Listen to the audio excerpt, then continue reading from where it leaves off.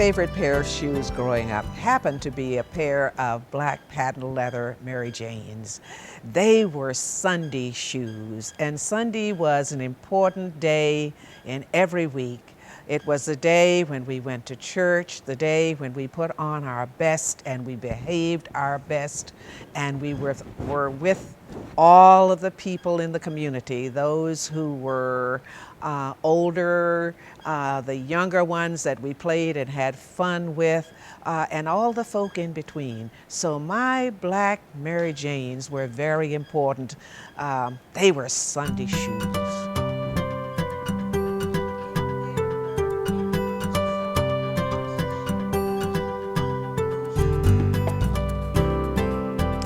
Well, that's a very easy question for me.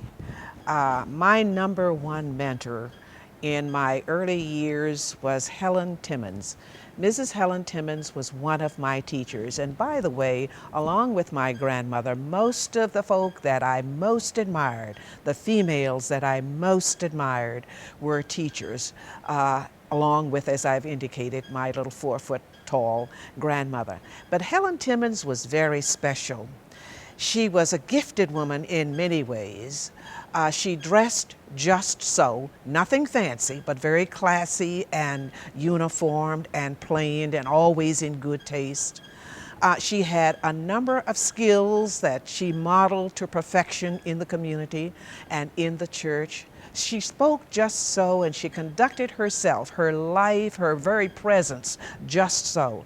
And as a young girl, and as a not so young girl, as a teenager, she was very, very important to me, both in her physical presence and in what I called her spiritual one as well.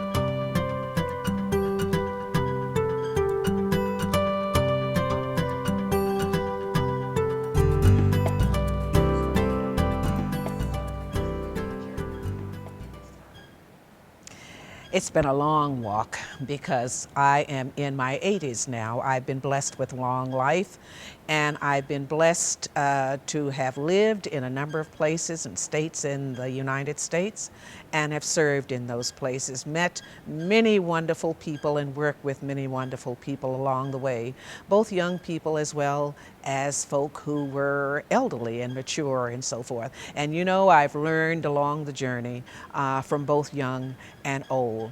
It's been a privilege to have worked and lived in the city of brotherly love with my husband and our 3 young children early on, to have served there, to have enjoyed and explored the history of that great city as it pertained to our great country. So Philadelphia was very special. I worked long and hard there in the public school system there, and that's a passion and engagement that still is an important part of my life. But I did spend a great deal of time in Philadelphia working in the public schools there and working for the public schools and the children who were there. And then we had my husband and I and that family of 3 young folk had the privilege to move to Toledo, Ohio, where we continued our life of service. My husband was a public servant as well as a Presbyterian minister, and so we worked hard and long and enjoyed it all in church and community in the city of Toledo, Ohio, and I still have many friends there. Even the mayor of that city was for a long, long time a good personal friend of mine, and I received Christmas cards from him up until fairly recently, as a matter of fact. So in Toledo, Ohio, too, I worked for educational purposes as well as having to do with the movement of my folk, African American folk, as we struggled and worked toward full justice and freedom here in this country. And so it was my privilege to have known and to work with many of the folk who were on the front lines in terms of the great movement that happened during the 60s, for instance, while we lived in Toledo, Ohio. After Toledo, Ohio, we moved to to Buffalo, New York, where I continued my work, service in the community and in the church, having to do again with education, with public education, and with freedom and justice. So again, those same passions that had been important to me all along the way, from Philadelphia right on through Toledo, Ohio, and now into Buffalo, New York, where we lived for 13 or 14 years. Those same passions consumed a great deal of my time and my energies there as I worked as a young wife and mother of children in the city of Buffalo, New York. And then from Buffalo, my husband's position took us next to the city of Harrisburg, Pennsylvania, the capital of this great state of Pennsylvania. And you know, I've had the privilege of living in a number of historic cities where history was very important. History has become a special passion with me, and it is those shoes, those historic shoes, that I have trod many miles through many cities in many ways along as I served as best I knew how. In Philadelphia, in Toledo, in Buffalo, and then in Harrisburg, Pennsylvania as well. So it's been a pleasant life of learning and of serving. And those twin passions, learning and serving, have been important to me. They are my left and right shoes, really, learning and serving, wherever I have lived. And I hope it shall continue as long as I continue this journey.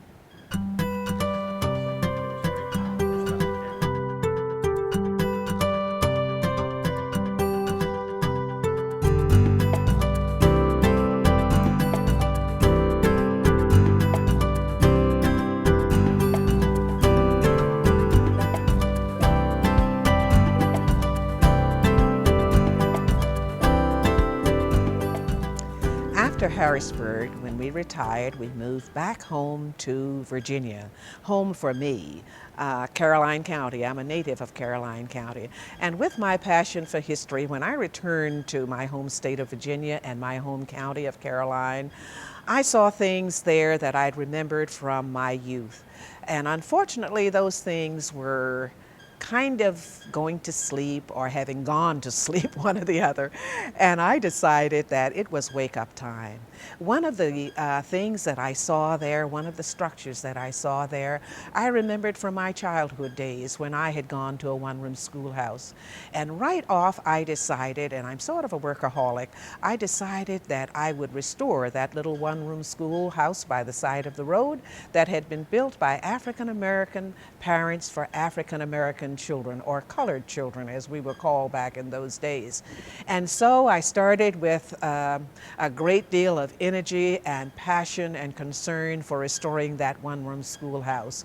My husband helped me, and so did a service club and so many people in the community who were interested too in restoring that very little historic building, a Rosenwald school there that many children had gone to school to in many years, from kindergarten right on up to the 7th grade.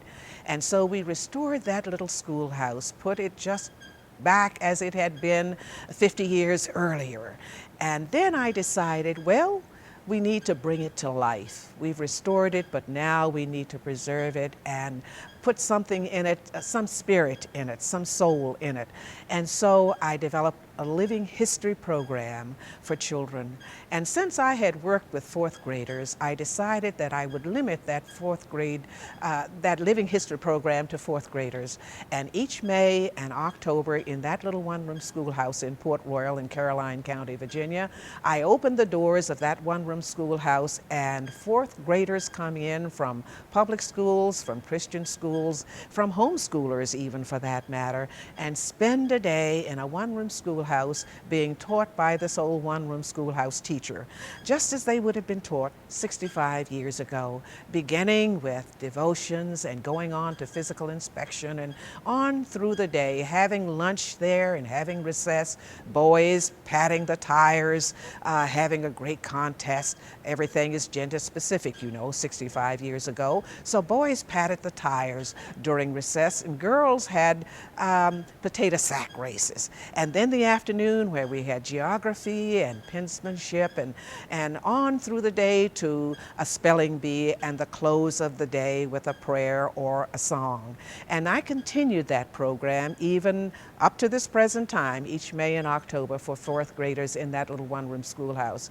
That really just whetted my appetite because I saw other things in the community that I had remembered from my youth growing up there when my grandparents had lived in Port Royal. And so if you come to Port Royal today, you will see a number of museums that have joined that little one-room schoolhouse. There's a two-room doctor's office there from colonial times that's all outfitted and has some of the equipment in it and the books and that kind of thing that will remind you of days of yore. And then right next door to that doctor's museum is the council portrait gallery that we've installed in the town hall, as it were, with 25 oil portraits of very important men and women, black and white, young and old, who were important civic leaders in Caroline County in days long since past. And then most importantly as well is the History Museum, a three-room building that houses a terrific collection of tollware, White House china, and then a timeline beginning with Native Americans, and we have quite a collection of Native American artifacts there, and then coming up through colonial times and on through the Civil War period and so forth. So if you come to Port Royal today, you will find not only a little one-room schoolhouse that has been beautifully restored, but you will find a history museum, you will find a portrait gallery, and also a doctor's office. And of course the vision continues, and I'd like to see a colonial garden there as well as a tea house. But that's all in the future, and perhaps it'll come about and perhaps not. But I've been busy with those passions that started long ago, having to do with education and with history. Those are twin passions, and they both help me to serve community and church wherever I go, wherever I am, and I'm so grateful.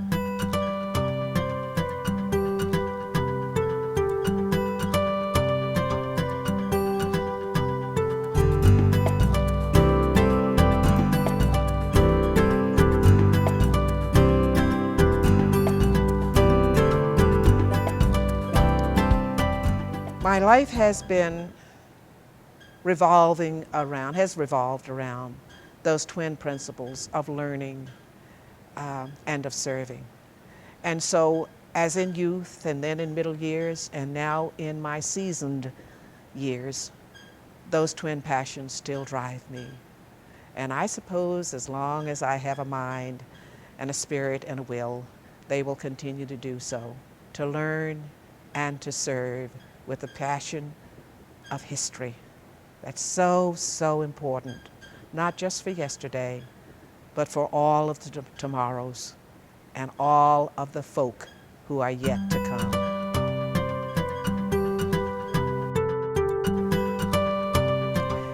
During the 60s, it was my privilege, really, along with my husband, as we lived in Philadelphia particularly.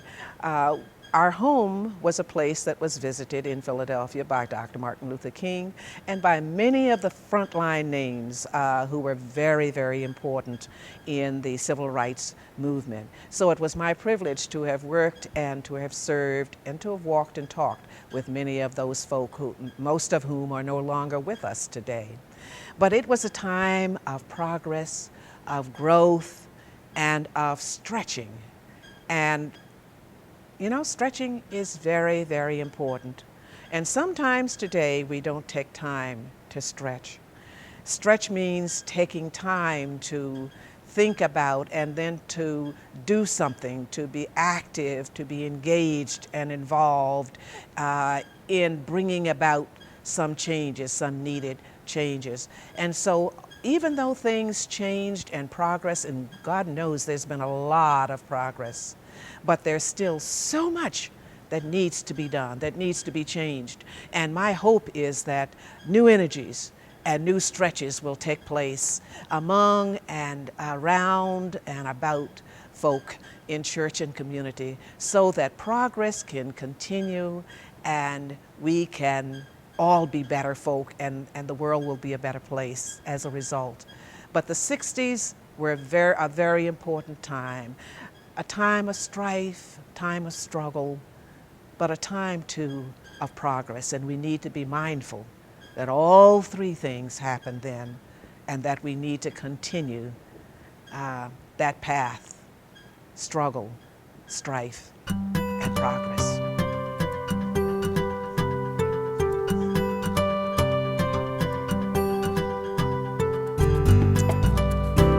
I never thought too much about it, actually. And if I had, I would not have thought about it in terms of an African American president changing the color of things in our country. I think that's been a false expectation that many folk have struggled with.